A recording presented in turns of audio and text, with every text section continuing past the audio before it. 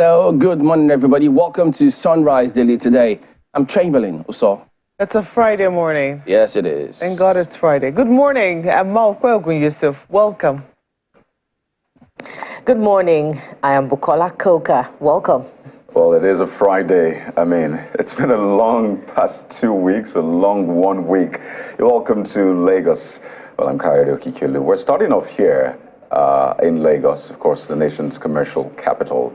And if you've had to visit Lagos in the past couple of months, if you live in Lagos, if you maybe stay on the fringes of Lagos, you know, the border towns, then, I mean, the Lagos-Ibadan Expressway gridlock will not be news to you. No, not at all, especially because you may have had to spend hours. Now, it ranges for different people. Some people have spent 8 hours in that traffic. Some have had accidents on that. Some have been attacked, some have been robbed. So it's a lot of things going on within that axis, and it's as a result of the construction works ongoing at the Lagos-Ibadan Expressway end of there. We know that definitely that area sees lots of vehicular traffic, one of the busiest actually in the region, and you understand why. Lagos is a port city, Lagos is a commercial capital, so people come in and go out. In fact, some have to, I mean, you have articulated vehicles as well, some get in the goods, some get in petroleum products and all of that. So you can imagine all of the pressure on Lagos State, but it's not been even funny in the past couple of days. I mean, days leading up until the elections. It was a nightmare for a lot of people plying that route, and it has raised questions about traffic management in the midst of construction. Construction, yes, has to happen, especially if you know how that road has been for decades now. So yes, it is good that the construction is finally happening, but is it really worth it? All of the troubles people have gone through, and I mean, I'm talking about wasted man hours. I'm talking about people having to ply that route at night. Imagine leaving a place one day and getting to your destination the next day. The following day, we've had people with that experience. So is it really worth it? I know just recently the Lagos State government, or generally the stakeholders, you know, constructing that road, Lagos State government has a role to play. The Ogun State government has a role to play. Of course, the federal government, which is the main heavy lifter in this one, has a role to play as well. I know there's been some talk about trying to ease that gridlock, but just how well is that happening? Because we know that those routes have been narrowed. And I know, Bukola, you've been at the receiving end of this time and again. And I know we've tried to suggest ways out. People have said things should be done this way. Is there a way we can actually go through this? Because we've seen construction happen in other climes and how they go about it. So, I mean, the question has been raised about whether or not we're handling this very well. You have first-hand experience, Bukola. Well, I have too, but maybe not as much as you. Not as much, not as much. You know, just to add, Kade, also that many people who live in Ogun State, they work on the island. Yeah. They have to use the Lagos-Ibadan Expressway as a travel route every day. Add to that, articulated vehicles bringing fuel all the way from, you know, further down south into Lagos. They use the expressway. Don't forget also that travelers, all those traveling from Lagos, outside Lagos, and all those traveling inward Lagos, they all use Lagos-Ibadan Expressway. And that's why I've said time and again that it's totally unacceptable that the only functional expressway out of Lagos is Lagos. What's happening to Ikorodu? Also, those, you know, moving out of Lagos and onto the island from Akute, Baga, they all also have to, you know, come out from their, areas from into Lagos-Ibadan Expressway, yes, from their turning points, sure, whatever they're called now. So I've spoken to an engineer before over this, you know, because of my concern for Lagos-Ibadan Expressway, and he suggested that there should be a form of re-engineering work for Lagos-Ibadan Expressway, such that there's an overpass over, the waterlogged area of Baga onto the expressway, so that at least those coming up from that area, they have an alternative route, so to speak. What about those traveling outside the expressway who live in Ogun State, who travel into Lagos, and those, you know, doing same on the On the other end, there are alternative routes that can be graded such that traffic management there is better, such that, there's less congestion on both sides of the expressway. Also, our correspondent went to the expressway yesterday, to bring us reports, and the suggestions from that report is valid.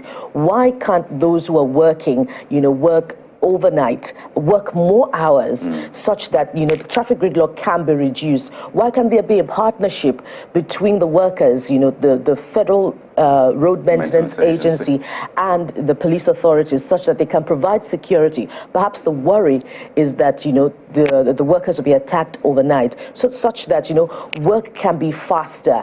Work should prioritize those using the road, commuters, travelers, on the expressway. It shouldn't be at their expense. Spending 6 hours on the expressway every day is totally unacceptable.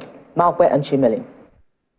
They don't like this one. They don't. Well, first of all, I think it's important to first of all say empathies, and sympathies to the people that have to use that road on a daily basis, the people that have to go through that route on a daily basis. The mental torture, first, Chamberlain, that's what you have to go through to get to work or to get anything done. Take your children to school, assuming they school along that axis, or maybe that's where the source of your livelihood comes from, or that maybe you need to go to the hospital. There are people who, for any situation, will have need to go to a hospital. Imagine patients who maybe have a chronic illness and need to, ply that route every day to get to where treatment is where, is waiting for them. I think that, I don't think anybody needs to go through that on a daily basis. The torture alone, the mental torture of it, I try my best not to. I don't even want to picture it, James. But this is where we are. This is the situation on Lagos-Ibadan Expressway.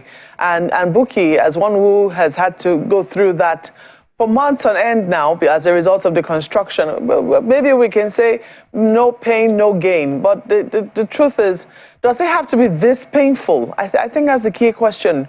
Does it have to be this painful? Yes, we know that as a result of the construction, yes, there will be inconveniences. The road has been narrowed down into 1 or 2 lanes for that amount of traffic, for the volume of vehicles coming into or out of Lagos.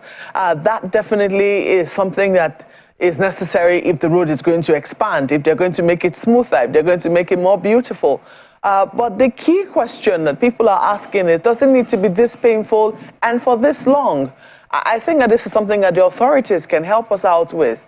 If it can be less painful, is there anything we can do about it to make it less painful? People have talked about the absence of traffic managers at key times, at critical times, rush hour, even though it was seen that almost every hour is rush hour in Lagos. But at the key times, when people are going to work and when people are coming back, what will it take to have traffic officials there on a constant? What will it take to have solar lights? We know that there was a plan to light up Lagos at one point. Maybe the thing was running on generators and maybe it's no longer. So whatever the thing is, we know that now we can effectively light up a place sustainably with solar lights. Is it possible to have that temporarily so as to reduce crime and make people feel a bit more safe along that road? These are the questions that we can ask. But for people to have to go through this, and we don't even know how much longer this construction is going to go on for. I mean, we understand that it's to get things better, and we know that, yes, getting things better, you must go through some inconvenience. However, the key question is, can it be less painful? If it can we do something about it? That's the key question people are asking. Absolutely, and they're very, very valid questions, because, time is money and time is spent. So all the time they spend on the road is a lot of cost to not just the people, but to the economy as well. And part of what several people have told us when we've gone on that road to do interviews is, aside from having traffic managers there, first, yes, we know that we need to improve and conduct ourselves decently.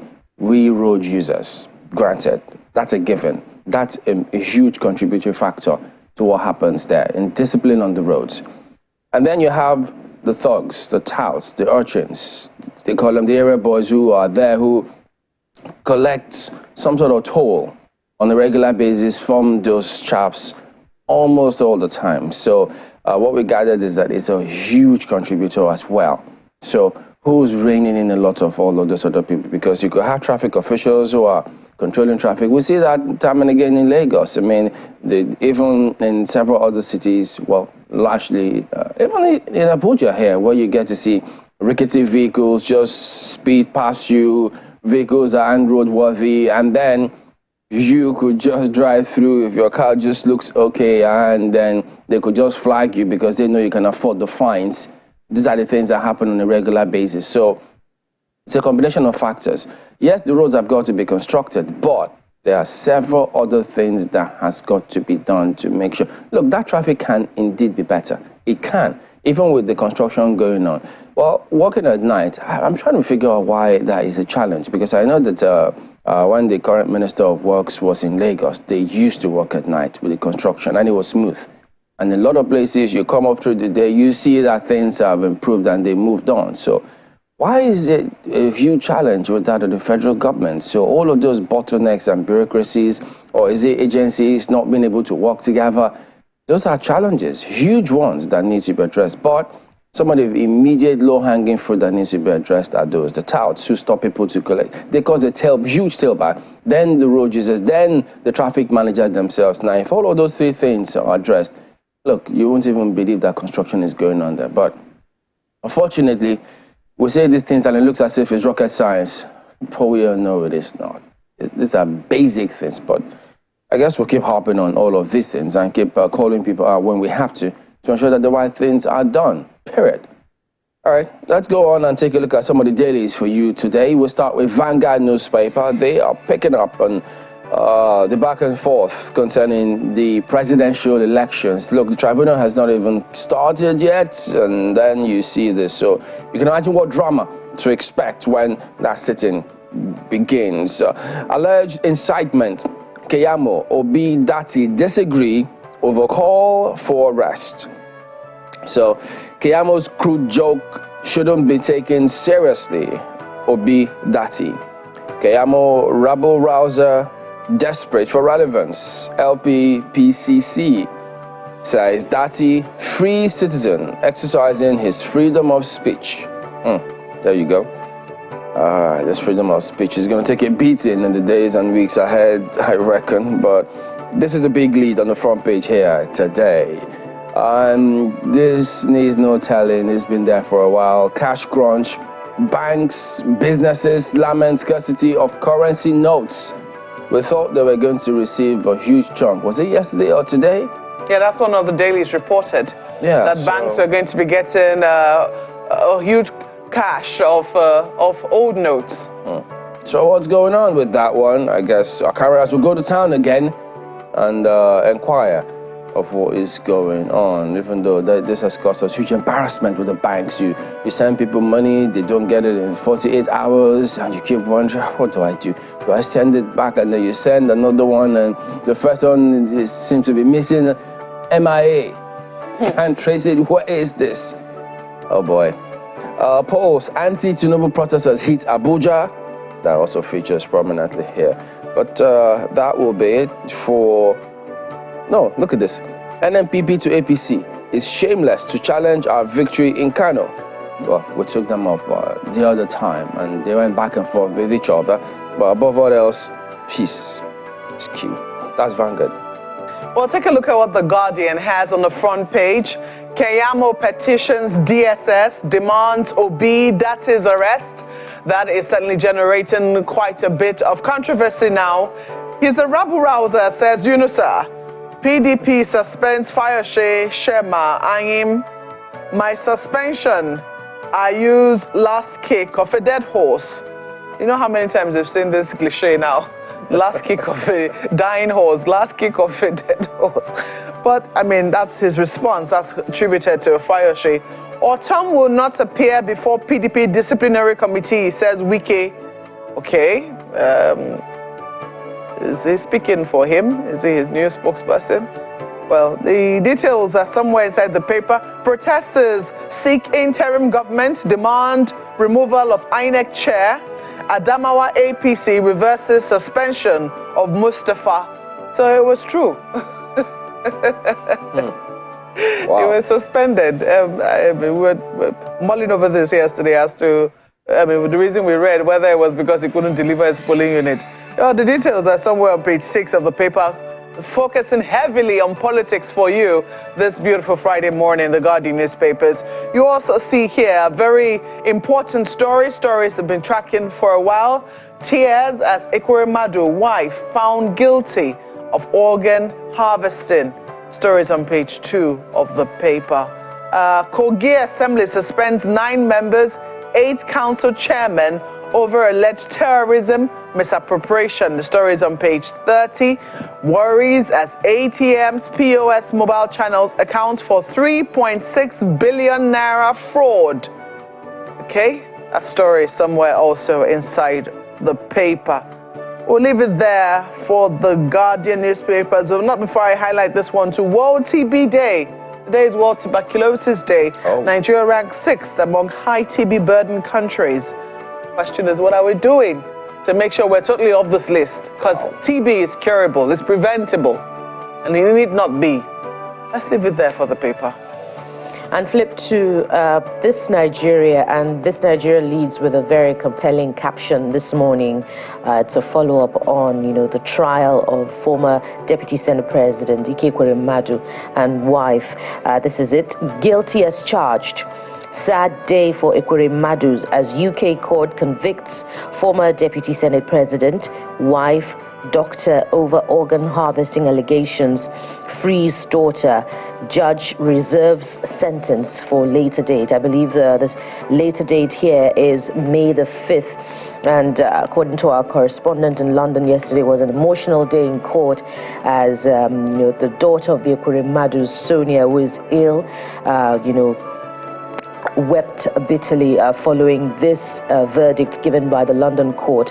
And many had watched this trial, with a lot of keen interest because of the individual involved, Nigeria's former Deputy Senate President. And, at that time, when it was discovered that the individual who went to spill the beans to the UK police lied on oath that he was underage. There were expectations as to the possibility that the trial could perhaps turn in the favor of the Ekweremadus, but that was not to be, as we were told that the allegations were indeed weighty under the UK Modern Slavery Act. So this is really sad for the Ekweremadu family, and Nigeria also is named in that trial.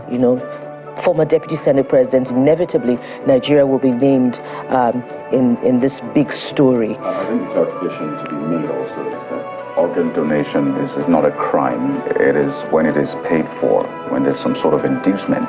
And then in the laws of the UK, that it becomes a crime. I mean, it's mixed feelings, as you said, for the family, seeing the daughter weep, hearing that, it might even be too late to get a transplant. That much was said during the case. So it's mixed feelings. We'll wait for the final sentencing, I think, in the coming months, and of course, report that to you. And we hope that Sonia recovers pretty soon, because, it is said that she's still undergoing dialysis. It's a really sad one for the Ekweremadu family. But there's a cheery one above the nameplate of this Nigeria this morning. Military rescues 201 kidnapped victims, destroys 107 illegal refineries in 2 weeks. We believe those kidnapped, some are partly from Kaduna and others from Borno State. So that's a welcome development, and we hope that many more who've been kidnapped over time, particularly towards the second half of 2022, will be rescued by security operatives. Take a look at this one, just close to the bottom strip. Oshun Appeal Court delivers judgment on Adeleke Oyetola Guba tussle today. Now, will that be the end of the judicial battle, the journey to determining who exactly won? We don't know if, any of the parties will be headed for the Supreme Court after this, but we'll be watching with keen interest that one. And at the bottom strip, PDP refers Ortom to disciplinary committee, suspends Fayose, Ayim, others. Benue governor won't appear before any committee that's ascribed to Wike. Suspension will not stand, says Ekiti governor. Well, if you're interested in details, you'll find them inside page 5 of this Nigeria. Let's leave it there. You must actually, you must comment about the political dynamics we saw play out in the build-up to this 2023 elections.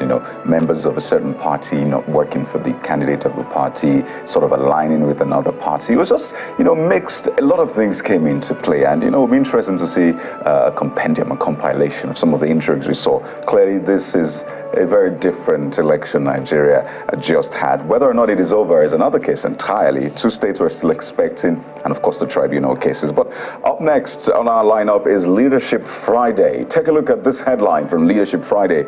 After Enugu Abia results, INEC under pressure to review Kano, Kaduna, Ogun polls. It's a page 4 read. You see, Electoral Act gives 7-day window for declaration reversal. Commission yet to fix date for Adamawa Kebbi supplementary polls. So, as I said, the elections may have come, but certainly they haven't gone just yet. A couple of stories on the front page. Nigeria Air to begin operations before May 29. That's from the minister. So May 29 is what? Just about 2 months away or so. Or thereabouts. Or thereabouts. So we'll wait to see what comes out of May 29. Not just before May 29, but after May 29. Is this when Nigeria Air will take off finally and keep at the cruising altitude? We'll wait to find out. Of course, that big one, Osun governorship, Adeleke Oyetola, no fate today. So this is the second level of, judicial journey. Yeah, the judicial journey. I think that's the term, really, because after this, there's still that possibility of taking it to the Supreme Court. So those are the levels of appeal, particularly for governorship election tribunal. So all eyes on the Court of Appeal for that decision. We understand that security is quite high in Osun State, and there's a lot of anticipation for that as well. So stay with Channels Television. As soon as it breaks, we'll bring that one to you. That's Leadership Friday. Oh, yes, indeed. There'll be a lot of focus on that one. I think the courts, that's the way it comes across. Carefully avoid coming up with that decision before the elections. And then you're going to have that decision today. So everybody will wait to see where the pendulum swings. Take a look at Daily Trust.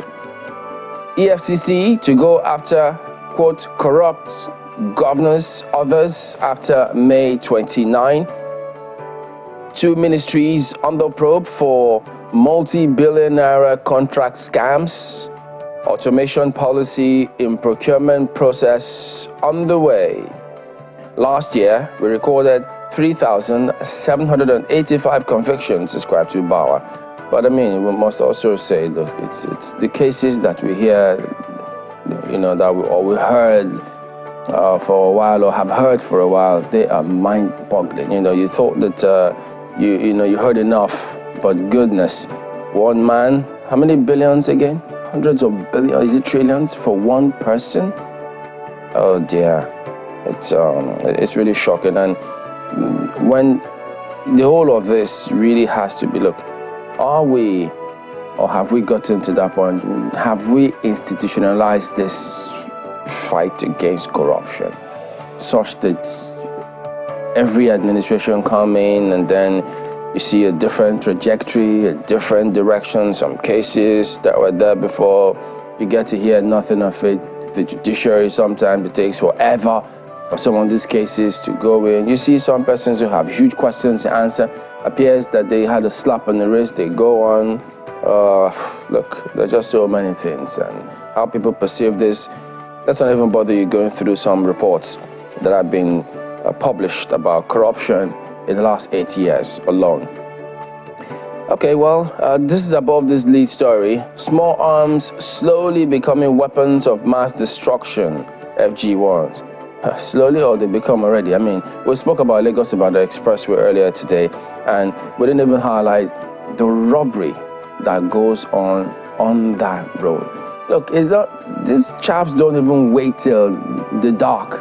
Sometimes before 4 p.m., these things happen. We use that road. We still do once in a while, but several others use it on a regular basis, and it's terrible. It is terrible. So who knows if they will really mean to address it, because when you report those cases to them, sometimes they appear to do something for a while, and after a while, business as usual. The people return to the place. The consistency of the enforcers not there, missing. So there you go. That is Daily Trust this morning.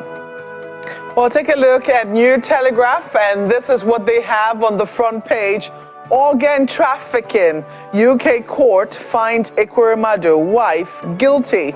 Couple faces 10 years life imprisonment. Daughter Sonia breaks down, hugs father in court. 4 men sentenced to death for kidnapping Emza Pharmaceuticals MD's sister. So you find all of these cases tied together, reported on pages 2 and 6 for you of the paper. Post-poll crisis, PDP suspends Anyem, Fayose, Shema, others. Refers Otom to disciplinary committee. Suspension a joke, says ex-Ekiti governor. You also see right there, cash crunch. Reps direct banks to overhaul online services. Troops recovered over 6 million naira from terrorists in 2 weeks. That's according to Defense Headquarters. The 6 million naira, was it in new notes? I'm just curious. You find details on pages 2 and 8. You also see right on top of the nameplate, uncertainties. Nigerians invest 309.9 billion naira in life insurance. 318.2 billion naira claims paid. CBN, bank's credit to economy hit 70.19 trillion, that's naira, in February. They have a lot of stories, all manner of stories for you on the front page. They always have, quite a plethora on the front page of New Telegraph. You always have to decide which ones you want to emphasize and which ones you don't want to. But take a look at this one. Like I said, it's on the lighter side of things. Abia returning officer gets car gift from businessman. Whoa. Yeah. Is that how happy they were? That's how happy they were. So, gifted. Must have been badly run city, badly run state. Gifted the returning officer a car gift. Well, you also see there, Senator Kalu congratulates Governor-elect Oti. So pages 5 and 8 will give you those details. We'll leave it there for New Telegraph. All right, there you go. That ends it with a look at some of the dailies here this morning. We will be back in a moment. Stay with us.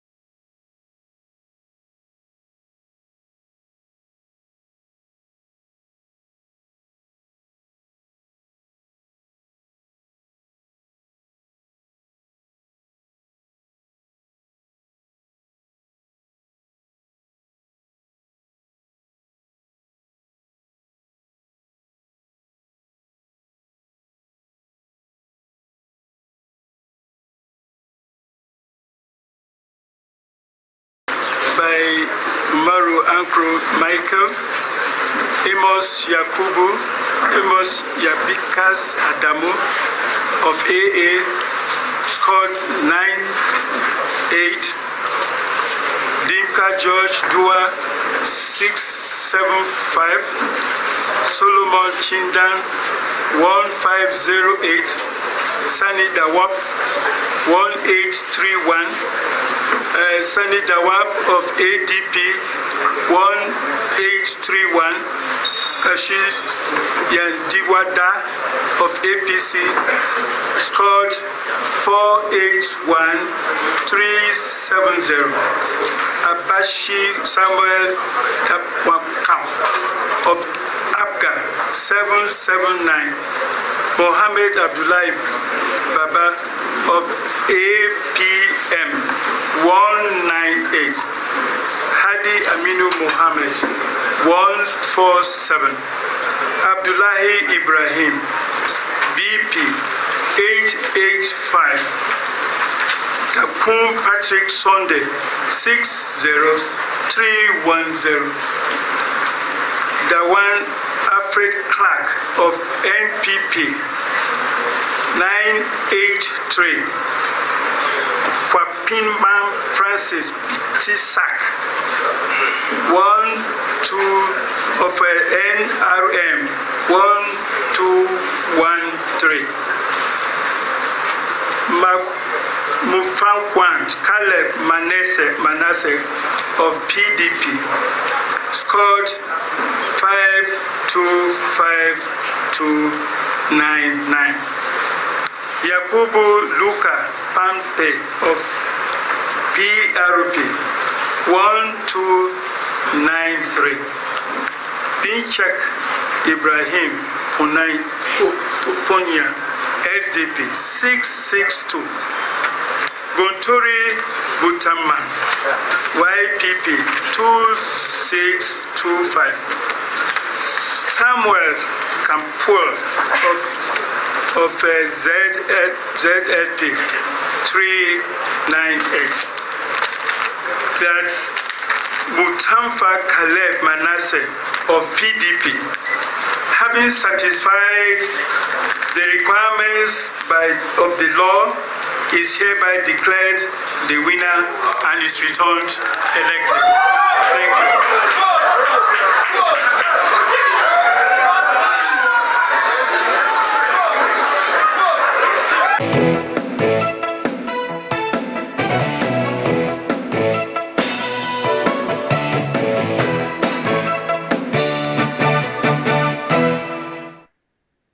All right, that is what we're starting with today on Sunrise Daily. And Mr. Caleb Mutfwang joins us now. He is the governor-elect of Plateau State. He joins us virtually to talk about some of the build-up that occurred, the events surrounding the victory, and what is going on now.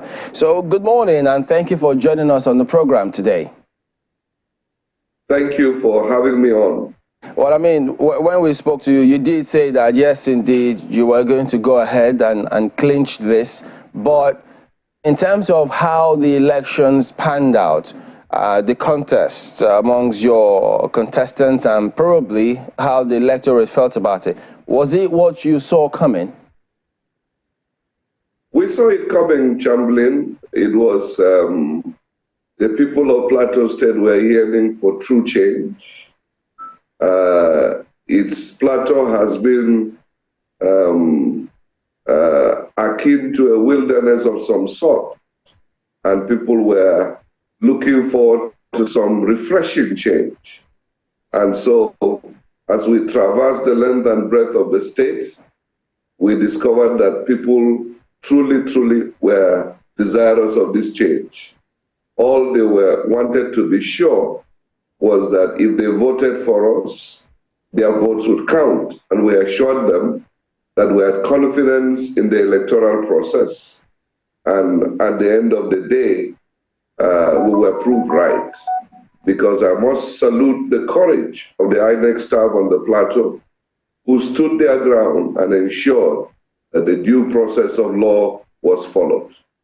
How are you handling immediate post-victory now? Because we saw in the country how on the larger scale, even in some other states, lots of division. Probably we don't know how deep these things have gone, but in Plateau State as well, of course, those who voted for other political parties, chances are that they may still be hurting and may not necessarily want to queue behind or support you to govern the state moving forward. How are you reaching out to ensure that you handle all of those and it doesn't go deep into the fabric of Plateau State? I'm glad to tell you that the spontaneous breakout of joy on the Plateau is unprecedented, and people across faith, across party lines, broke out in celebration in every nook and cranny of the state, and I mean it. Perhaps we'll gather some of the clips I've sent to you, and even the candidate of the Labour Party has reached out with his congratulatory message, which has gone viral. One of the former governors of the state, who was initially not in our support, also reached out to congratulate me. And I think there's a build-up in that direction. Of course, it's normal when people lose elections to hurt, but we're reaching out to all we need to reach out to. And I can assure you that for me, that's not a problem at all. I am doing my best to ensure that we bring everybody on board. As I said in my acceptance speech, I'm not going to be the governor of a few, I'm going to be the governor of all. And I mean what I say, and I'm going to actually walk the talk. But at the moment, the APC candidate, the entire way, says he's not happy with what transpired. He didn't speak glowingly of INEC, and he says they are bent on ensuring they reclaim this mandate, that it wasn't free and fair as people thought. Like I said, it's normal when somebody loses election to look for reasons why he lost.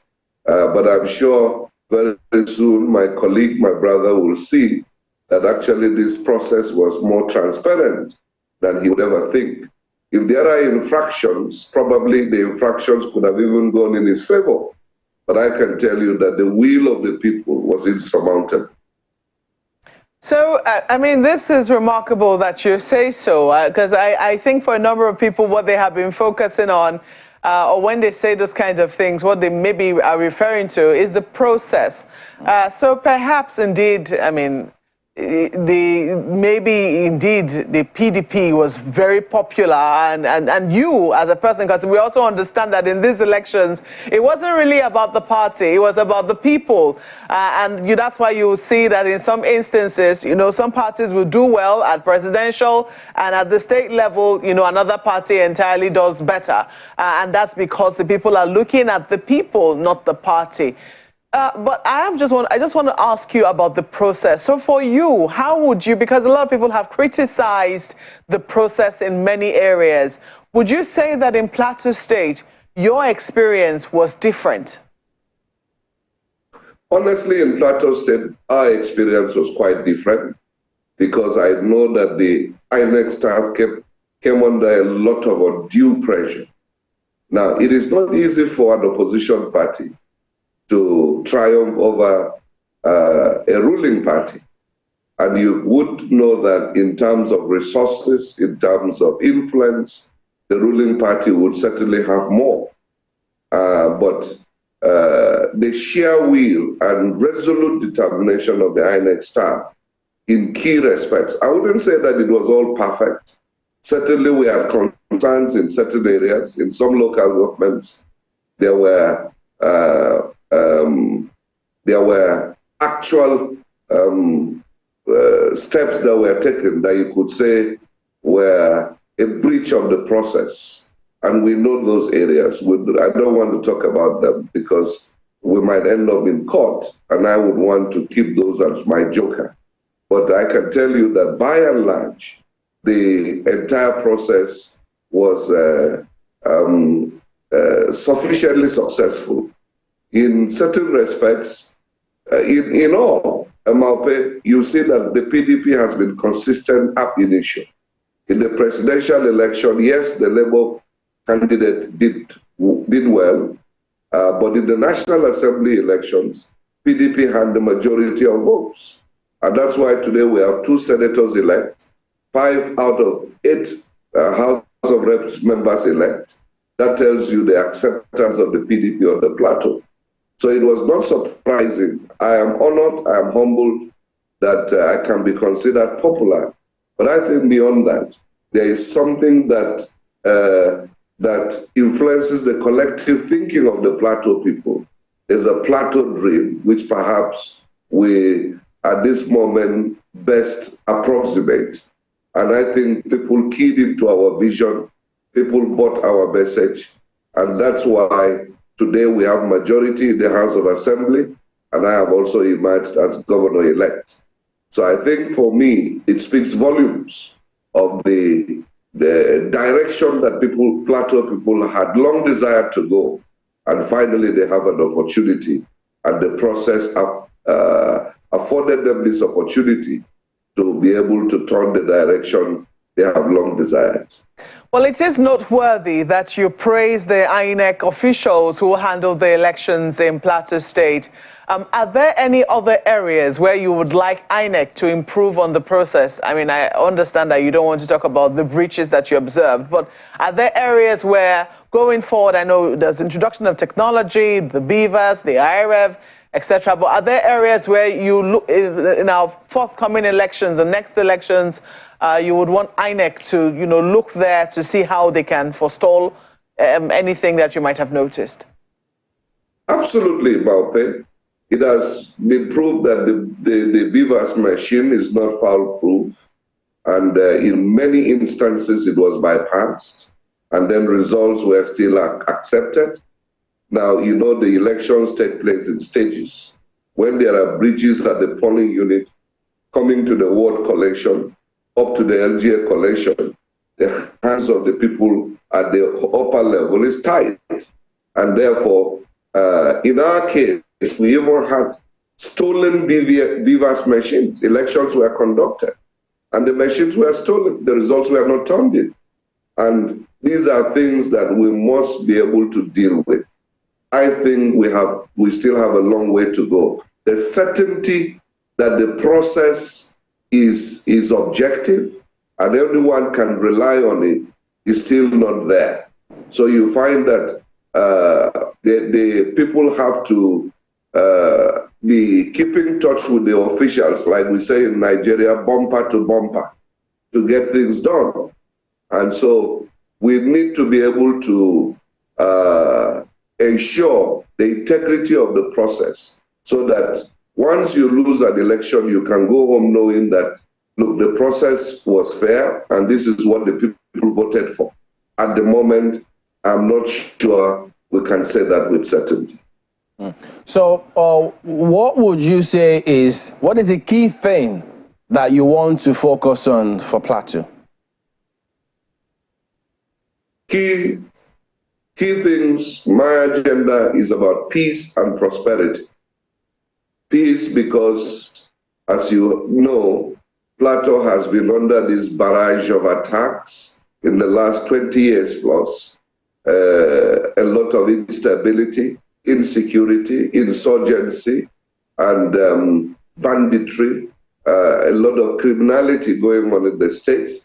We need to be able to put an end to that or reduce it to the barest minimum so that our people can go about their lives without fear. Secondly, we need to lift our people out of poverty. The NBS, National Bureau of Statistics, Poverty Index shows that Plateau State is perhaps number 26 among the 36 states. It's bad. We do not need to be in that position. We need to lift our people out of poverty. And it is when we do that that we can be able to have the requisite income to be able to finance education, finance healthcare, finance youth empowerment, women empowerment, and so on and so forth. I believe that the expectation of the people of Plateau State is that we will change their narratives and be able to make life better for them. Lagos. Right, Chamberlain, thank you. Well, I think it needs to be researched, and just on a lighter note, you're a lawyer, and the outgoing governor is also a lawyer, so it looks like the people of Plateau have a thing for lawyers. But staying with that security issue, I wonder if how you will go about this, because a lot of people have said that the reason these attacks come up again is because there isn't adequate prosecution deterrent for those who are found are culpable. You're a legal practitioner, and I wonder how you will approach that. I know this outgoing government had this peace-building agency and some other things that were done to try to achieve peace, but how would you tackle that big question of ensuring justice is done, proper deterrent is put in place so we don't keep having this heinous attacks time and again?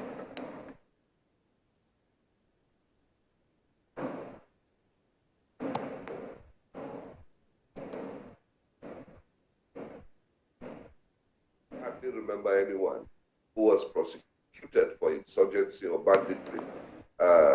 It looks like everybody wants to turn the blind eye. And that's why the media was sold a gullible story about farmers' herders clash, for example. A lot of these were not clashes. They were simply criminal activities, and they need to be labeled so and dealt with adequately. I can assure you we'll be strong on the rule of law. But besides that, we need to go back to basics. We need to get to the grassroots and be able to build structures from the grassroots that people can be able to solve their problems at those levels, nip crisis in the bud, build intra and inter-community relations, and ensure that we build trust. So some of the walls and barriers we have erected over years that have created fear and disharmony, we need to dismantle them. How do we do that? We need to be seen as being fair and just, as being equitable and inclusive. We need to give everybody a sense of belonging. For the security architecture, we need to build it from the grassroots as well, the vigilante groups, the hunters group, some kind of community policing. But going from there, we had a head start in Plateau State with a security agency called Operation Rainbow, long before Amotekun and the rest came on board. Unfortunately, it has been allowed to lie fallow, and we're going to bring it back on board and make sure that we demonstrate that the lives of our people matter to us. We're going to demonstrate empathy. Even these federal security agencies, I believe a lot can be done by deploying our man management skills to ensure that they perform optimally. We're going to give them the right incentives. There's a lot of disgruntling on ground, I can assure you. They feel uncared for. They feel no one really, their lives also do not matter. And therefore, we're going to show empathy towards them as well and ensure that we get value for whatever we deploy in terms of security. So it's going to be a multifaceted approach. But I can tell you that we are going to summon the political will to cause a change in that direction. I'd also like to know if you'll be continuing with the Plateau Peace Building Agency. First, do you think it has done good work in terms of achieving peace? And I wonder if you'll be continuing with it or you have another plan entirely. I need to be adequately briefed on the successes of the agency. And whatever it is, I believe that we probably have gained some mileage. But we need to look at how to strengthen it and ensure that it performs better. Like I told you, it's not just about having an agency. I think if there's a way that we can cascade the role of that agency down to the grassroots and make sure that people take ownership of the process itself, right from the grassroots, I think we'll be able to achieve better results. Of course, you need an agency like that to coordinate those activities, but we must mainstream these peace-building initiatives down to the local governments and ensure that every structure of authority at the grassroots takes ownership of this process. And I think that will yield better dividends. Still on your resolve to ensure that there is inclusion, a sense of inclusion on the plateau. which is one of the charge given to you by the former governor who congratulated you. I'm just interested in the specifics because at the heart of the conflict on the Plateau is, dispute for agricultural land, contention of a political authority and the religion factor. But what are the specific, strategies that you have in place to settle the indigenship settler conflict on the Plateau? Again, this indigenous settler conflict is one of the narratives that I like to change. I don't think there's a conflict between indigenes and settlers in the real sense of it. Is a dummy sold to the media. I grew up on the Plateau, and I grew up knowing that there were people who were not of Plateau origin that lived successfully, lived peacefully with their neighbors. They had land to farm, and they thrive. Now, the question at the end of the day is where we do the lines of authority are blurred.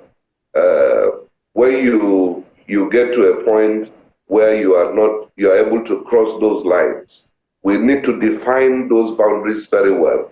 I know that many non-Plateau communities exist on the Plateau, but they are not in contention with the natives. They are not in contention with the natives. So why is it peculiar to some people? We need to look at the root cause of it. Are there motives behind just settling to be able to make a living? We need to probe into those issues. Now, but going beyond that, I am a Christian, and there's no doubt about that. But my Christianity does not teach me to discriminate against people. And I'm going to, therefore, I've always extended my hand of fellowship to my Muslim brothers. I want to make them feel comfortable, make them feel that, look, they are also stakeholders in the Plateau project. And we're able to come along together. Now, in terms of also even the ethnic nationalities of Plateau origin, and which we have about 54 of them, everyone complains of marginalization. And so we need to look into it. What are the causes of this marginalization? Some of it has to do with appointments in the past, where people have talked about a culture of nepotism. We need to break that vicious cycle of nepotism and ensure that there's objectivity even in our appointments. Everybody has equal opportunity to be able to lay claim to his stakeholder status on the Plateau. Even the non-indigenous, we need to bring them on board. Some of them are 3-4 generations down the line.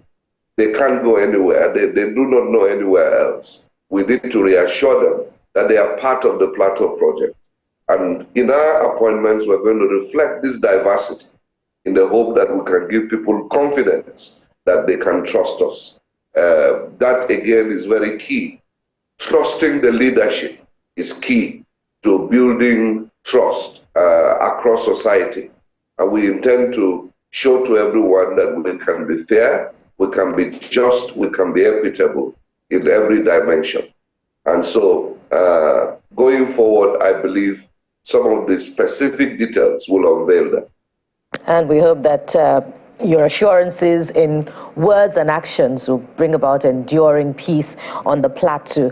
Well, my colleague would say that the elections have come, but have certainly not gone. So I'd like to take you back briefly. The opposition is challenging your victory, and they say they will do much more than that and go to court. They're specifically citing reports from the election about low voter turnout, and are wondering why and how the electoral umpire was able to supply in pronouncing the results quite a number of votes. They're specifically saying that in Tudunwada Kabong ward, to be precise, the number of registered voters is 3,144, but accredited voters was just 500 in number.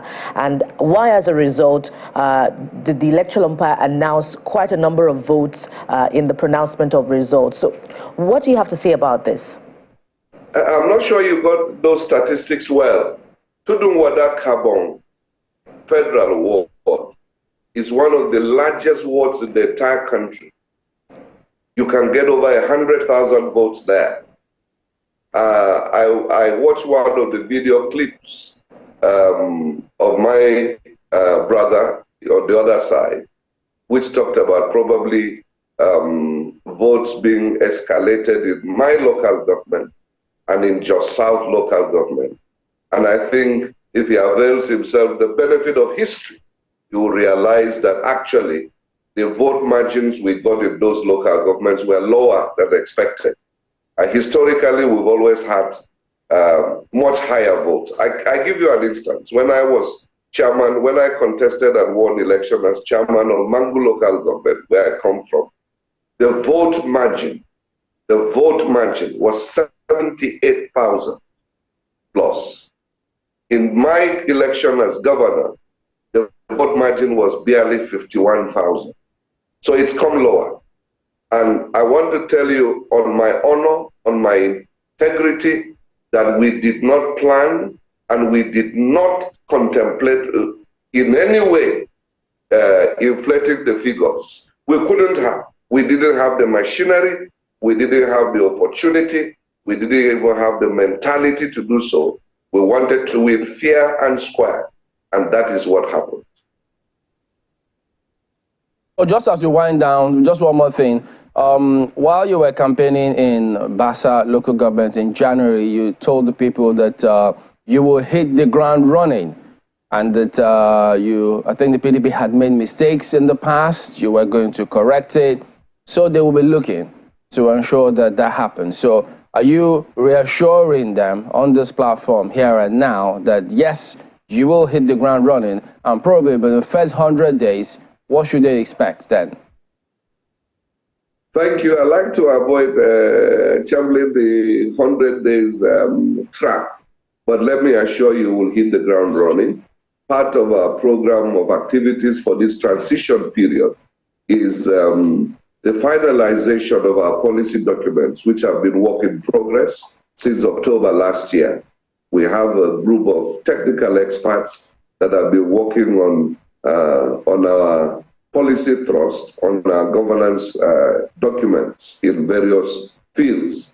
We'll be fine-tuning them, I believe, in the next 1 month or thereabout, so that we can be able to reduce them to actionable plans, both in the immediate, in the short, in the medium, and in the long term.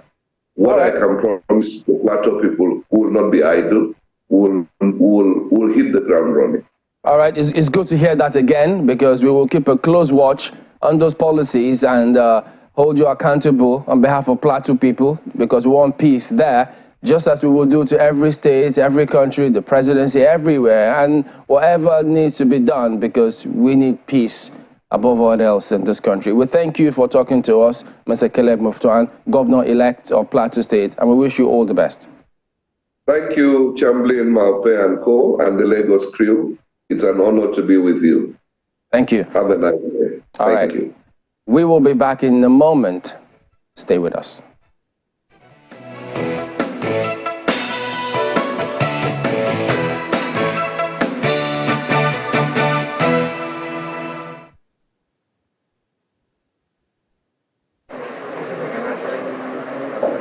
As we just said, elections were not held in 47 wards, affecting 69 polling units.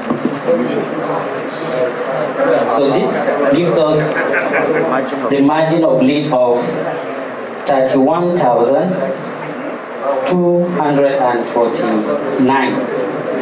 31,249. And then the total number of PVCs collected in places where elections were not held amounts to 37,016.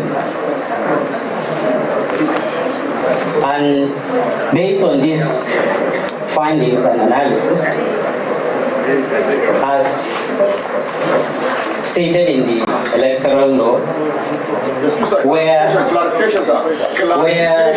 number of PVCs collected in areas where elections did not hold or cancelled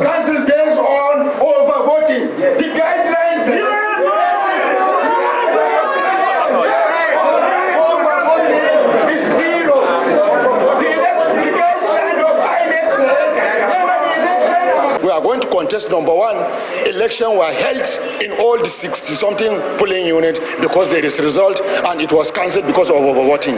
Number two, we have already a substantial result. There is no reason why we will go back for another election again, except if Mr. President will now say there are two forms of law. He has given one instruction for another people and another law for Adamawa people, and he is not willing to be a man of his word. We want him to own up and be a man of his word and tell INEC to declare this result, because he has already given his commitment to Nigerians that elections will be counted and it will be declared. Here we have done election, here results were collated, here results were announced, and results have been declared, and the PDP have won election in Adamawa State. Irrespective of being conclusive, if there is inconclusive in some selected votes, Fufore local government, entire Fufore local government should be included in the inconclusiveness, because we don't know which result is genuine. We don't know. And you cannot download the result from a server of only one local government and allow the rest, while there are a lot of complaints, including written complaint that we submitted here for them.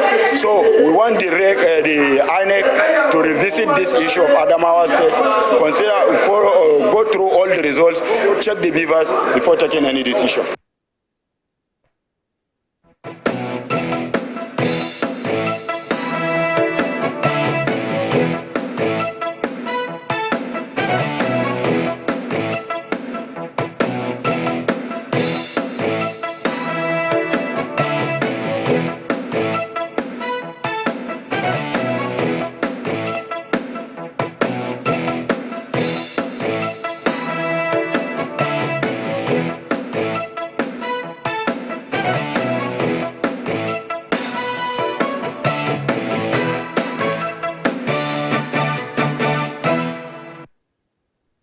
All right, welcome back. Well, Mr. Amadou Fintiri, the governor of Adamawa State, is also governorship candidate of the People's Democratic Party for Adamawa State. He's next on the program. So let's go ahead and see if we can get across to Mr. Fintiri, because the elections in Taraba State is inconclusive at the moment. In Adamawa State. Adamawa State? That's what I said, right? You said Taraba. Oh, dear. Well, my playing tricks on me now, isn't it? Well, yes, indeed, in Adamawa State. So trying to get across and find out what the state is, probably the state of mind, what are they thinking, what's likely going to happen, how are they going to approach all of this moving forward. So I guess the people of Adamawa will forgive you. They used to be brothers with the people of Taraba. Gongola State, right? The old Gongola State. So, yes, very similar in terms of what we normally would see, but certainly the politics is a bit different now. Yeah. What has happened in the last couple of days, we had hoped that the elections would have been concluded by now, but looks like there is a stalemate, and the elections has been declared inconclusive. So it'll be interesting to get the perspective of one of the candidates, who also happens to be the governor of the state. Exactly, and don't forget that, remember there were several narratives, really, about that election. At some point, several people kept on saying, oh, it's been called. It went to the APC candidate. And then some others thought, whoa, I thought, then when they saw the update from channels, I thought, wait a minute, I thought some people said they had already been called. So, and then you saw the former vice president and PDP presidential candidates also speaking strongly, saying INEC needed to declare the results, but it's inconclusive at the moment. So those are some of the issues we plan to raise with the governor and the candidate of the People's Democratic Party. So I guess, can we get across to the governor at this minute? All right, good morning, Your Excellency. Can you hear us? I can hear you well. Okay. All right, good to have you on. Well, there's been this furore over Furore local government area, incidentally, saying it's in the eye of the storm. They're wondering that what's going on. Some point accusing fingers at you, Your Excellency, saying you are the person who's trying to distort all of this. What can you tell us about what's going on? About the election or about Fufore? All of them. Maybe you could start with the election before you go to Fufore. I think the election on the 18th started well, calm, peaceful across the state. Not until on the Sunday, when they started the election coalition, and some have even exceeded from the ward to the local government. Then the APC started using Togri to snatch summary sheets, now referring to Fofore. At Fofore, which is the next local government to the state headquarters, some talks of APC went in and snatched the summary sheet for the local government coalition. And after results has come in from all the wards, and the PDP agent had to hold their ground until INEC itself sent back another summary sheet, which election was collected under the escort of security agencies. On arrival to the state coalition, the REC, who had been playing funny and putting us in muddy water, said there are two election results. And when he was asked, where is the other one, he couldn't pinpoint to it. I believe he was trying to refer to the other one that was snatched, believing he must have filled a different result on it. When he couldn't find that one, he ordered that the results should be downloaded from the Arab, and which they did their calculation, and which it corresponded with the one the EO brought, I mean, the returning officer. So where is Fintiri in this matter? And she is the one leading in that local government. But when they discovered the difference was so huge, was so large that they could not cover from just one local government, they snatched the summary sheet so that they can go and put a result that could give them, can cover the difference for them. Unfortunately, again, even from their own perspective of calculation, they put a result, giving herself 37,000, giving me 7,000 in that local government. If you put it into the summary sheet of the entire state again, I'm still living with over 3,000. I think that is where they missed it. So where is my name coming in now? But Your Excellency, this information that you've given now about who snatched what, yes, you're a chief security officer in the state. Is this information what you gathered from security agencies on the ground? Yes, and the snatching of the summary sheet was masterminded by the House of Reps elect from that constituency by name Honorable Boyer. They know him. The person who snatched the summary sheet has a house in Fofore. He has 2 wives. He has children. His address is known, but nothing was done. So if I understand you correctly now, you are saying that the local government is no longer in contention because the results from the IREV, I mean, as given at different polling units, have been downloaded from that place. And the tabulation has already been done, and they know who you know, the results are clear for all to see, as the case might be. So what precisely has led to this inconclusive nature of elections in Adamawa? I think because of the inexperience and the mindset of the REC. He misled the returning officer. There was no need for it. I was leading by over 31,000 in Ogun. He led by 12,000. Issues in various units across the state was over 30,000, but a man was declared. The same thing with Kaduna. The same thing, several states, if you go around. And he went and concocted some units on PUs that have already been concluded. For instance, if you go to Fufore, in Karalai, precisely, a ward called Karalai, there's a PU 003. Yes, there are 103 voters, registered voters in that unit. Less than 30 voted that day, but there was overvoting, it was cancelled. There's a PU 00017, it was concluded. Even on RF, it was concluded, the result is there. There was no overvoting, no issue. But if you check the list of PUs that he listed to the national headquarters, as places that have issue, that one is also included. So you begin to wonder what he is after.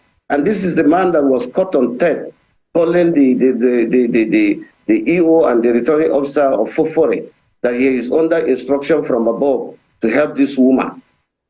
And nothing has happened to him. I think the man is, with the integrity, with the kind of capacity the INEC has built over the years, I think they shouldn't allow such a man to continue. Are you talking about the resident electoral commissioner, or you're talking about the returning officer? The resident electoral commissioner, precisely. Have you had any reason to doubt him before now? Well, he is new, so I have never met him in contact.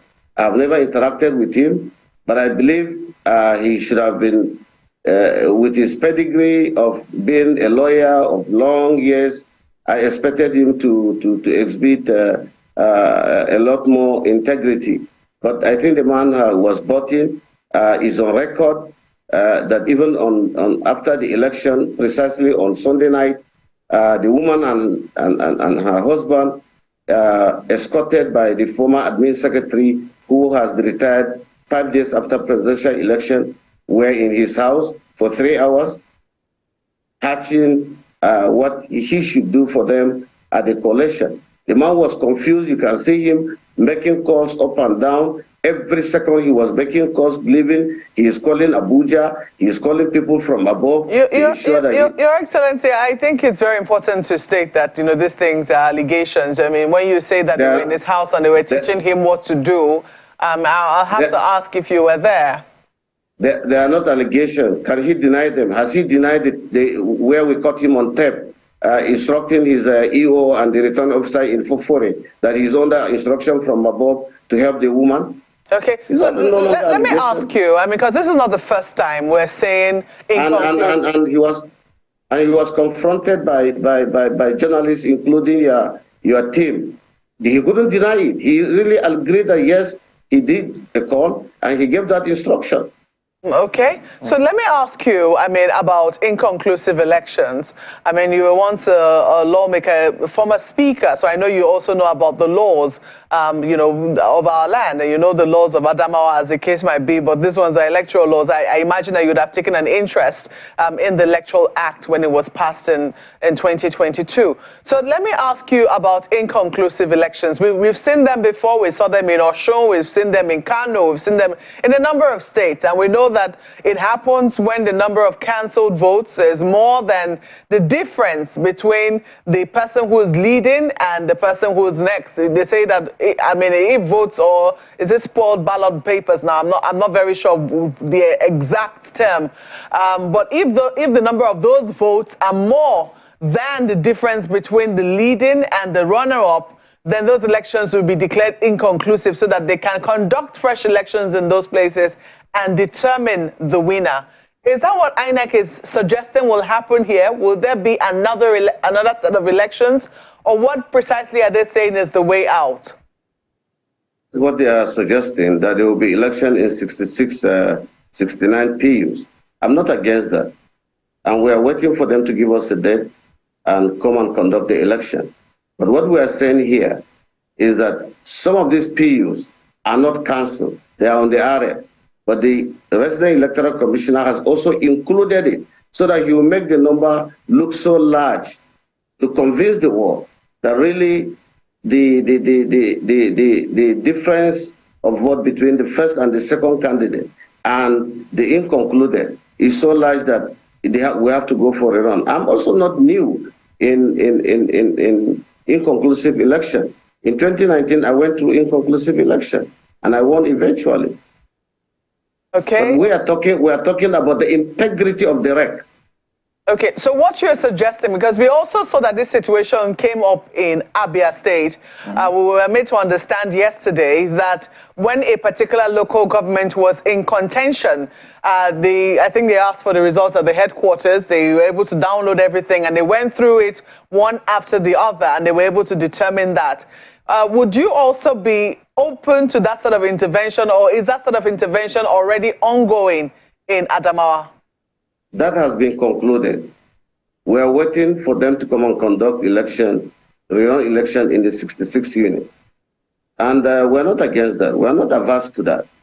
But what we are saying is, let it be done transparently. Let it be done in accordance with the act and the guidelines of INEC. That's all. Well, security, there were reports that security agencies stormed PDP situation room alleging ballot stuffing. What happened in that case? The scheming by the REC. I'm wondering if we couldn't complain that the candidate of APC was the one who printed ballot papers and sensitive materials for INEC, which INEC also did not deny. The only thing they could state in their statement, in their press release, was that her name was not included in the company as a director. And we went and we searched from Corporate Affairs Commission. She's actually a director in that company. And they came to our situation room that there was ballot stuffing, we kept sensitive materials. How would we have come about sensitive materials in the situation room? They made a search and nothing was found except our laptops and the materials that are needed to control situations of the elections and monitor across the state. And they did write a report that really they searched and they couldn't find anything incriminating, and they left. And 14 of them signed. So they were all hatched by the REC and the candidate. Let's bring in our colleagues from Lagos.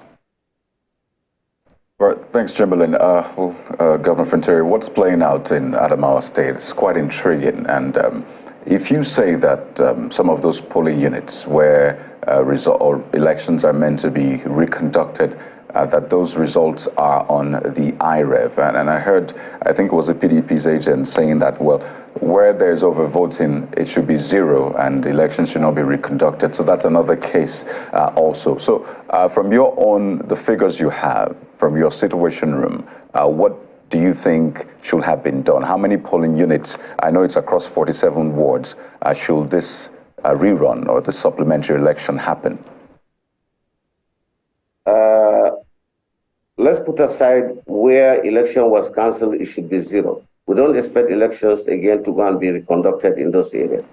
But we have a whole complete ward in Numan local government, in Bolki precisely, where the election was not conducted.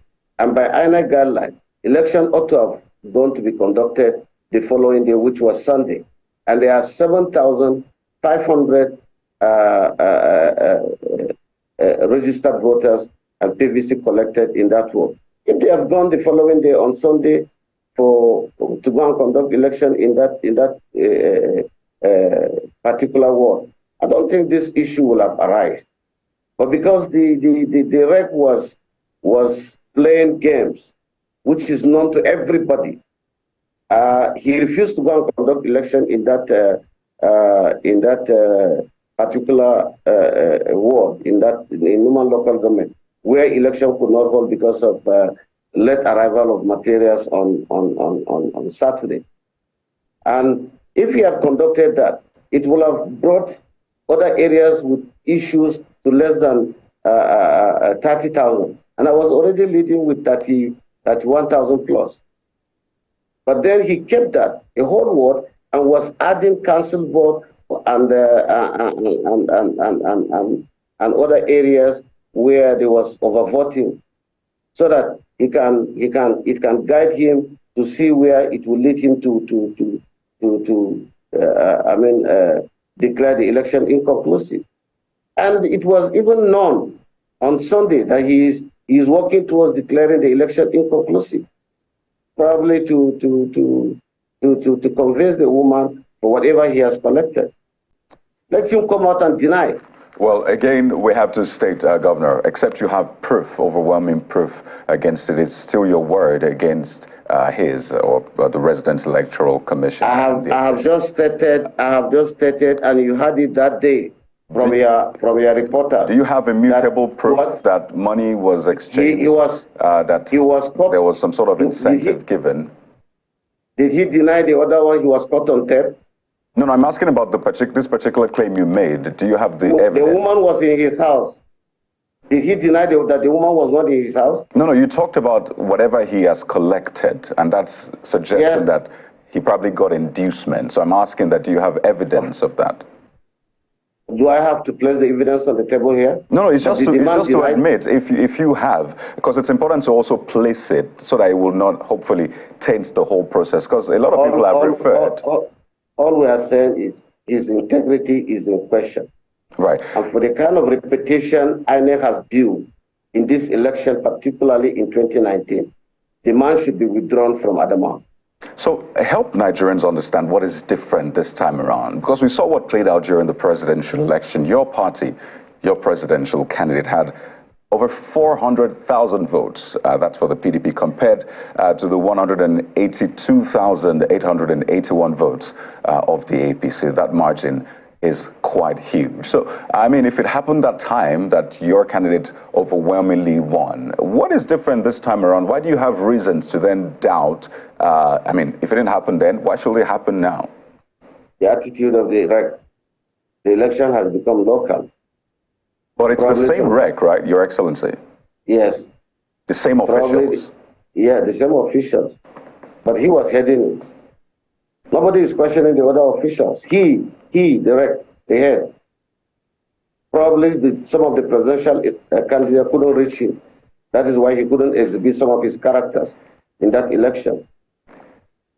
Well, Your Excellency, if you have proof of all of these allegations you have made against the REC, have you formally petitioned INEC about him?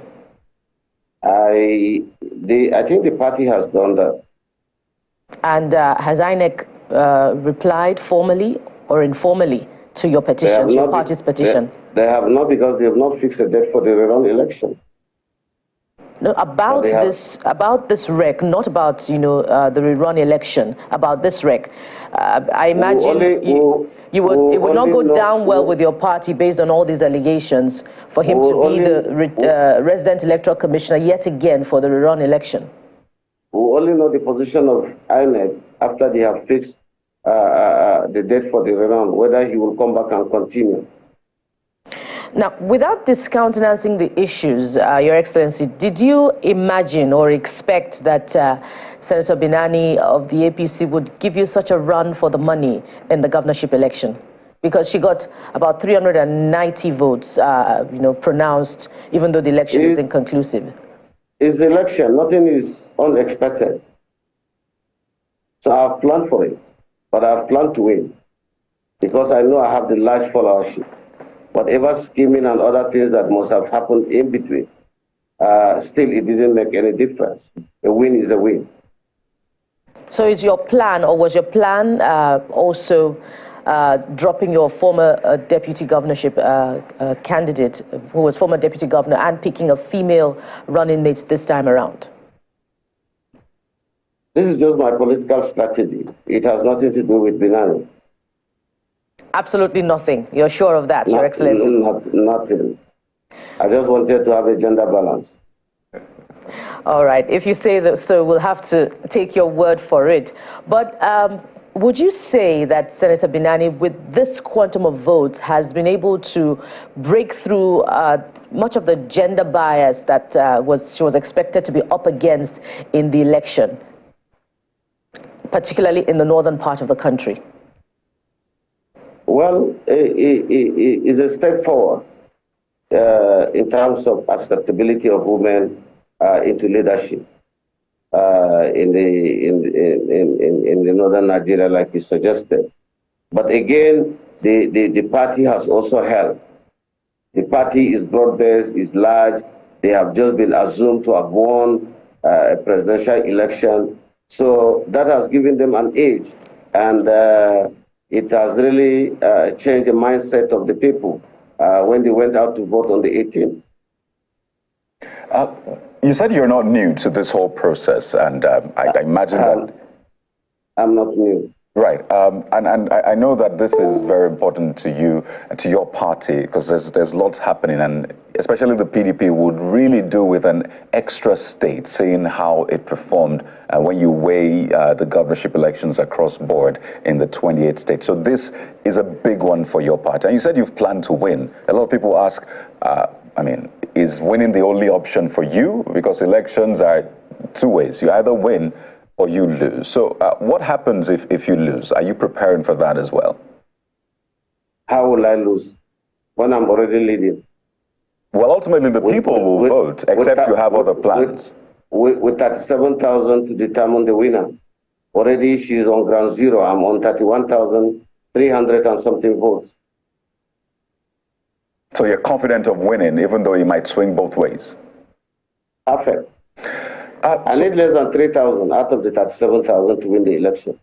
Right. Okay. We'll see in the coming days. But speak to this, because, I mean, governance is beyond bragging rights, winning the bragging rights. I imagine that you have something else you want to achieve with the second term you're bidding for. So let's take this opportunity and speak to that, particularly for the people of Adamawa State in terms of, the economy, in terms of security, unemployment. What is your plan for this second term? Because some are even of the opinion that one term is enough for governors to prove their worth and then, just leave it for another person. So what's your plan? Why is this really important for you?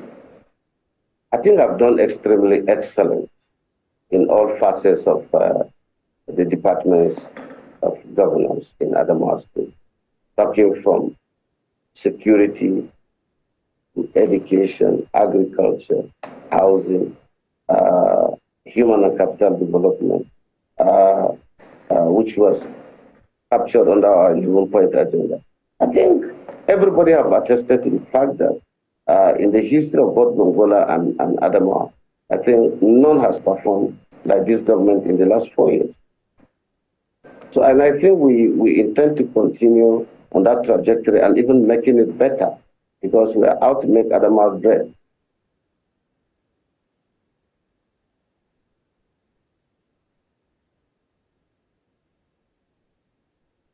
Could just, as we wind down on this, Your Excellency, now that the elections, I mean, there's going to be a rerun, as you say, what are your expectations for that?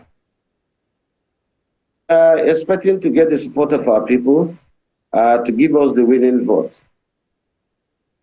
But looking through some of the results that were there already, the Northern Zone, your stronghold, we saw that she appeared to have made inroads. Of those 5 local governments, Mubi North, Mubi South, Maher, what do you think was responsible for that? For now, I have not conducted a postmortem, but I will do that after the election. But I've also had an inroads into her zone, which is the central zone. I won Hong, I won Gombe, I won Song, I won Gire, and I gave her a run for her money in her own local government and her mother's local government. Well, I thought the key word there would have been democracy. Democracy is at play. I mean, if candidates make inroads into each other's stronghold, it means that the people have a choice, and they should be able to pick who it is that they decide, and they should be able to freely choose, whoever it is that they want at the end of the day. But I just want to know. That is exactly what happened on Saturday, 18th. Okay, so what I want to know is what you're looking to see of the conducts, because right now you are taking very strong issue with the resident electoral commissioner. So I'm going to ask you what you would like INEC to put in place so that whatever results emerge at the end of the day will be acceptable to you and to Madam Binani.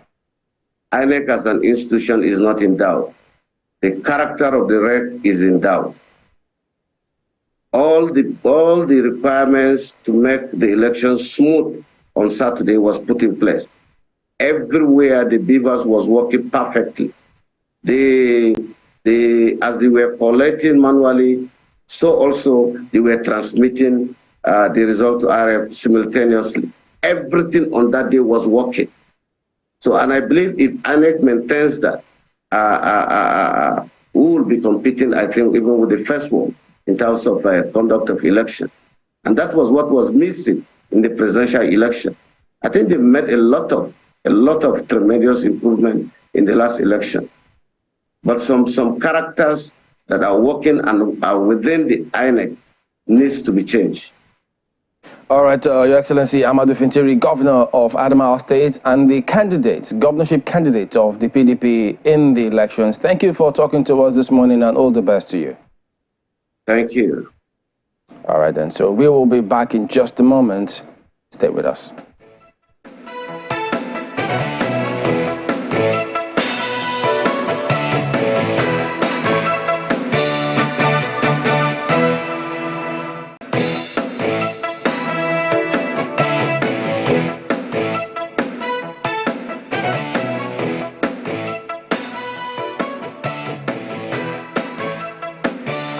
We are turning our attention now to Taraba concerning the governorship elections. And as you've seen, Chief Davis Abokente joins us. Now, he's former aspirant for the governorship seat, that slot, as a matter of fact. Thank you for coming on this morning again, Chief. Thank you very much. Thank you, viewers. Well, can we say the elections have come and gone? Because, I mean, results have been called, even though some candidates may think otherwise. But probably you start by telling us, what is your impression of how the elections turned out? Okay, like you rightly said, the elections have come and gone. Elections have been won and lost by some people. But for us in the APC in Taraba, we are feeling very, very bad to have lost the election. And we are looking forward to embarking on massive reconciliation in order to prepare the party for next rounds of elections. Well, it's interesting how you say you're feeling very bad, because the candidate of your party, Senator Bwacha, has called the winner of the elections to congratulate him. At least I saw a tweet from Senator Bwacha congratulating the winner, and the winner, Mr. Colonel Kefas, has responded to that particular tweet, which was so surprising. And it turns out that the battle wasn't exactly between the APC and the PDP. It looked like it was a real close call between the PDP and the NNPP. So was the APC overrating itself in this particular elections, or precisely what resulted in the sort of results that we saw coming out from Taraba? Yeah, you know, we told you from the beginning that the conflict within our party was a very big one, and that we needed to have taken steps to resolve the issues. Because the issues were not resolved, of course, APC was, I think I told you in this studio, that the APC was hardly going to make the 25% required to be counted as one of the states. Of course, we were expecting nothing better than that, because of the conflict that had chopped all our members. For instance, the NNPP votes of 200 and something thousand, 99% of APP members, NNPP members, were from the APC. So APC voted for the NNPP? I mean, most of the members, they come during the crisis, most of them left for NNPP. So you can't come back and say we're not happy about it. No, we're not happy, because if the issues were resolved, if the issues were resolved, if the issues were resolved at the appropriate time by our party, you can see Senator Bwacha, even though we didn't perform well, he made up to 143,000 votes or 144,000 votes. Added to that of the NNPP, that would be a very far gap between the APC and the PDP. So wait, wouldn't it have been better if the APC had won the elections and then you begin your reconciliation on a winning note, being in power? Yeah, you know, this is a matter of injury to people's consciences. You saw the level of the conflict. I think we are one of the states that have appeared on your television more than any other state in the country, trying to argue out our issues. And you should know the conflict was very, very severe. And it was not being there was no help coming from anywhere. No help from the national secretariat of our party. And that is where we found ourselves where we are today. But it's a very sad moment for us, for a party that was ready to take government house, coming third in an election. Is it a really sad one for you? Because I mean, I've read in different places that you're not exactly so sad because they say you delivered one or two of your candidates in that election. I delivered my candidate, my Senate candidate. I'm sure you remember when I was here the last time, I told you that through the courts, we got the ticket of the Senate back to my camp from the camp of Senator Boacha. And during the election, we got the guy delivered. He's the senator-elect for Southern Taraba as we speak. So, and then we also got the House of Reps candidate delivered from the southern part of the state. So, even though he doesn't come from my camp, but when we were voting for the Senate, we didn't feel like going out of the party, so we all voted for the two of them. And both of them won, and they're the only people that won the election at that level. Apart from the House of Reps that was produced on the Mambla Plateau, that is Sadauna Gashaka Kurmi. They also have a House of Reps. But all of the elections were lost by the APC in Taraba. We produced only one senator from Southern Taraba, my candidate, and then a member of the House of Reps from the South, representing Ukari, Ibi Federal Constituency. That is my constituency, my federal constituency. And then one member of House of Reps from Sadauna Gashaka Kurumi. So we have only two rep members and one senator as we speak. So what I find interesting is the fact that you are not blaming INEC for your loss. You know that what has happened is the internal party politics that has divided the House very sharply and has resulted in the results that we're seeing playing out in Taraba. So what I want to know is, what are you going to be doing differently? Because I imagine that perhaps maybe APC members in Taraba might be sober, but the question is whether their sobriety will be enough for them to come together, or do you think that they'll be too bitter and decide to go to other parties that are willing to, take them in? I must be honest with you, APC is a household name in Taraba at the moment. I'm sure if we embark... After coming third? Yes, we are still determined. Elections are like that. You have misgivings, you pay for it, then you reconcile, you rebuild your party, and then you make a headway. For instance, before 2016, you can't go to Southern Taraba and mention APC. You can't go there and talk about APC. I was in church one day, and the pastor was preaching against the party in my face. That is the level it was. But when we came in, we did our best. You can imagine doing our best, and today, APC has produced the only senator in Taraba. You imagine that. So it's a matter of putting your house in order. But I think at this moment, we should start... the tribunals are going to be working on most of the losses and the gains. But I think as a party, we should put our house in order and start working towards the next elections. But how does it work in the party? I mean, can they trust you? Because, I mean, you delivered your candidate, others lost, others went to NMPP. So how is that all going to work when it comes to reconciliation? I was a candidate to bid for the governorship election. But the way it went, I didn't just opt out. I decided to work for the party. I organized the biggest rally in Taraba for Tinubu Shetima, the biggest rally. And we got no dime from the party, neither did we get a dime from the National Secretariat. We contributed our funds and organized that rally. And I won Tinubu won in my ward, he won in my local government, he won in overall. We did extremely very well because of that, even though I didn't get the ticket. So that is the spirit in the spirit of reconciliation. We can still put our house in order and prepare for whatever that comes in the future as a party. All right, let's bring our colleagues in Lagos. Thank you, Chamberlain. Well, for me, I'm wondering how the party is handling this, given how determinedly the party fought to retain Senator Boacha as its governorship candidate.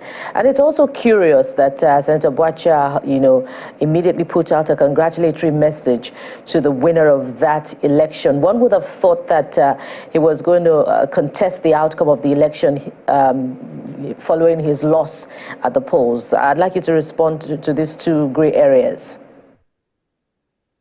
Yeah, when you come third in an election, how do you have no option than to congratulate the winner if you are third in the elections.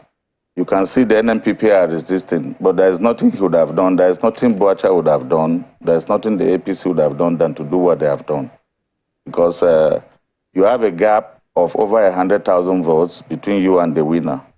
To play safe, the only option available for you is to play in, and that is exactly what he has done. And of course, you know the circumstance under which his name came on the ballot, which I'm still contesting in the court as we speak. My matter came up yesterday, contesting his appearance on the ballot. After the Supreme Court judgment, some things happened behind the scene, and a lower court, a federal high court, Jalingo, gave an order, and INEC respected that order, and he appeared on the ballot. I mean, that is what has surprised many people. But still, because the party has ardent followers, a lot of people went and voted APC, not because they were supporting Boacha. They voted for APC because they are ardent followers of the party. Even if there was no candidate, I'm sure APC would have gotten a lot of votes. APC would have gotten a lot of votes, even without a candidate, because of the level of the followership. And the court, the litigations are my next bit of concern, Mr. Kente. It's not just, the other candidates, the other aspirants, rather, who were contesting Senator Boacha's candidacy also had cases in court. So what's the point of those cases now that the elections have been fought and won and a winner has emerged? Are you withdrawing them or are you going ahead with them? Yeah, in the course of justice, you need to pursue justice to the end. Otherwise, it will not be delivered to you. I am contending and contesting the appearance of Senator Boacha on the ballot as approved by the Supreme Court. The judgment says he should be delisted. So for him to have appeared on the ballot, Nigerians need to know. And then the court of competent jurisdiction need to make a pronouncement to the effect that he was wrongly included in that ballot. That is very important. And then the contempt of court. If a Supreme Court gave judgment, and at the end of the day, somebody goes to a lower court to obtain an order, and INEC respected that order, then we need to find out, at least for history, so that in the future we can try to re-echo such events when it becomes necessary. That is why I'm still in court, and I still have those two cases, the contempt case and how he appeared on the ballot. I'm still pursuing them, and I'm adding a third case to it. If these two cases are resolved, then I know that Senator Boacha has altered a process of electing a governor in APC in Taraba. That will now come up as a fresh case because the Electoral Law 2022 makes provision for that. That where a person or a candidate derails a process, he must be punished. So what's the point of plans for reconciliation if those cases remain in court? Yeah, we can commence the processes of reconciliation while those cases go on. Justice needs to be done to all of us. Maybe the cases will be the highest point for reconciliation. Wouldn't that be self-contradictory, both for those who are planning reconciliation and for the party?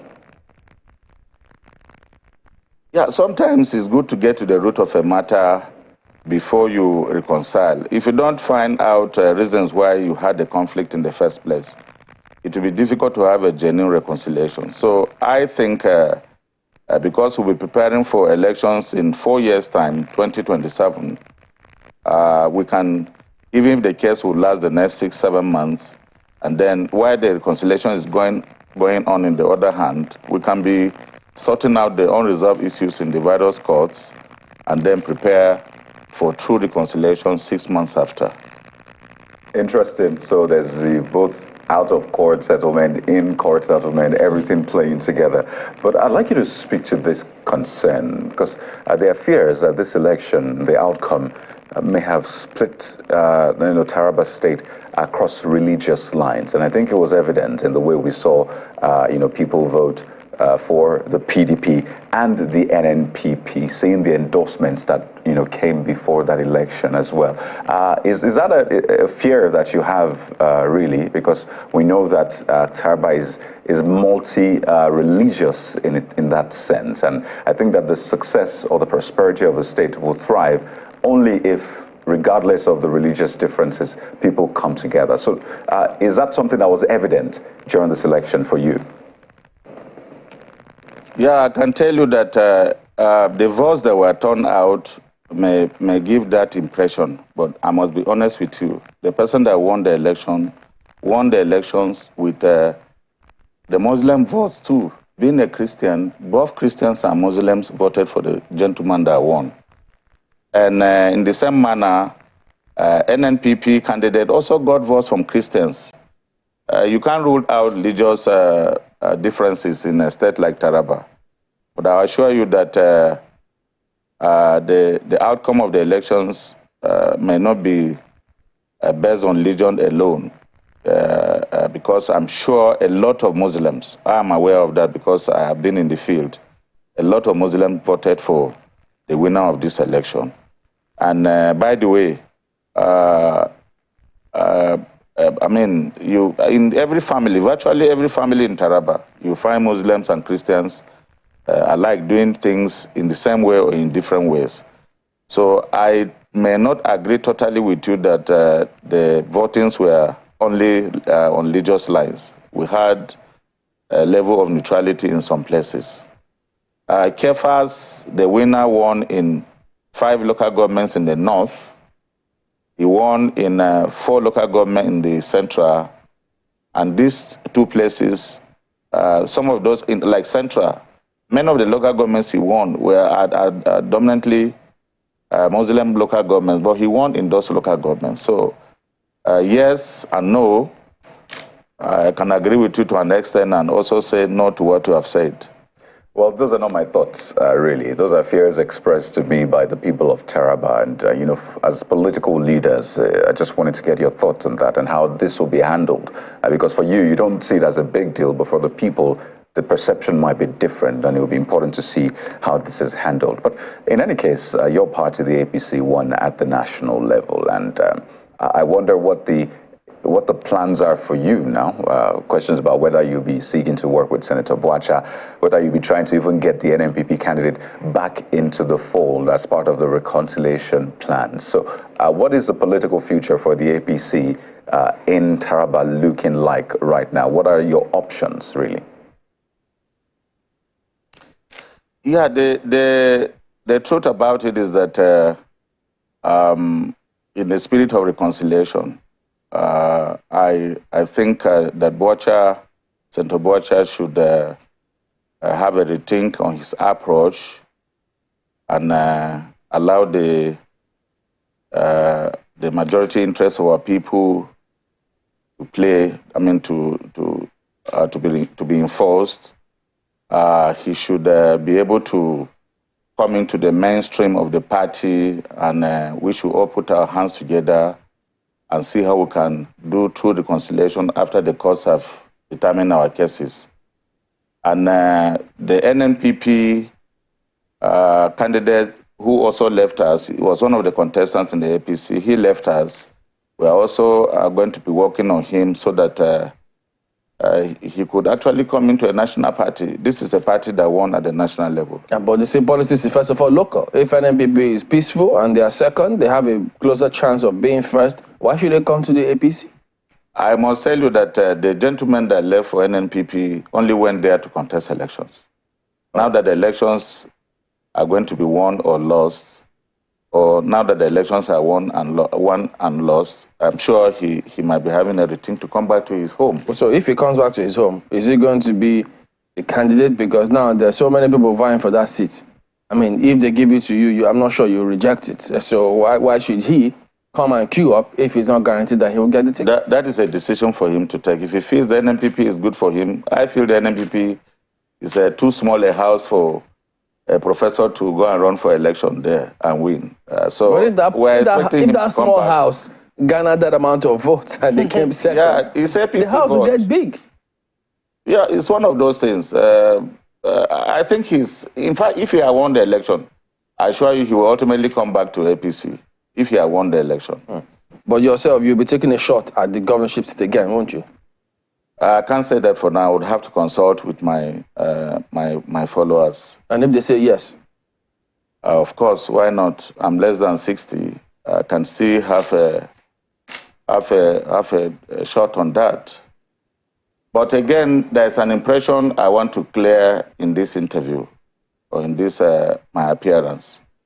My colleague and friend, Boacha, appeared here a couple of weeks back and said that he won this, he won that, he won the senatorial, he won his senatorial district, he won this, he was doing this and doing that. I want to put those records straight. That somebody that never went home to campaign in his ward, he couldn't campaign in his ward. How could you have won election without even going to see your people? We did our campaigns. I went to the 5 local governments of the South with the whole team, a very large team. We canvassed for votes. Okay. We monitored the election. We delivered the election. Our candidate won.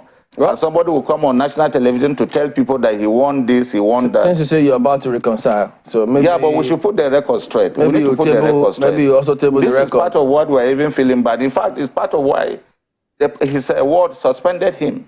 Okay. Because... all right, Chief.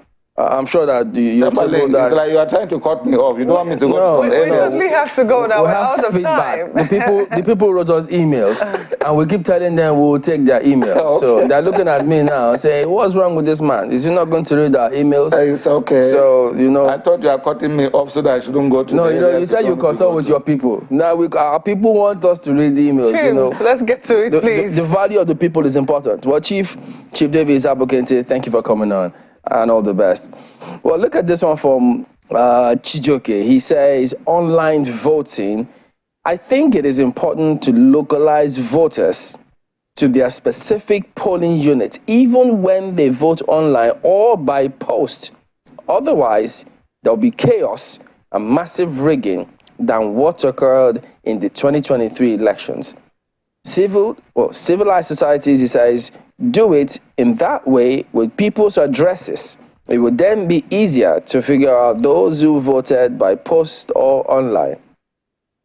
This was, I think, in response to the discussion we had yesterday. This is from Law Alpha Cross. It's a tweet. It says, what is the stigma with Nigerian brand of politicians? When they win, they praise INEC and the system. But when they lose, they blame INEC and the entire value chain and try to heat up the polity. But it is what it is, Law Alpha Cross. Well, what can I say, Mark? Where the electoral process now has a value chain. Note that. This one is from Festus Akimboyewa, and he says, congrats to all the governors-elect. They must now, with strategic approach, hit the ground running. They must appoint qualified and credible people to their top teams and cabinets. The outgoing governors must back the incoming governors with transition teams that will make it easier for the new governors to hit the ground running. Instructive there. He also asked Chief behind the scene about Law Alpha Cross's comments. We'll bring you his response next week. All right, so there you go. That is the show today. We do thank you all for watching. We'll see you next time. I'm Chamberlain, so goodbye. Thank you. Have a wonderful weekend. I'm Mark Yusuf. Yeah, make the weekend count. Thank you for watching. I am Bukola Koka. I'll take a cue from Chief Sabo Kente. Always consult with the people, okay? Make sure it's a democracy. Let everybody's voices be heard, and hopefully we'll have a peaceful community. I'm Kayode Okikule. Have a great weekend.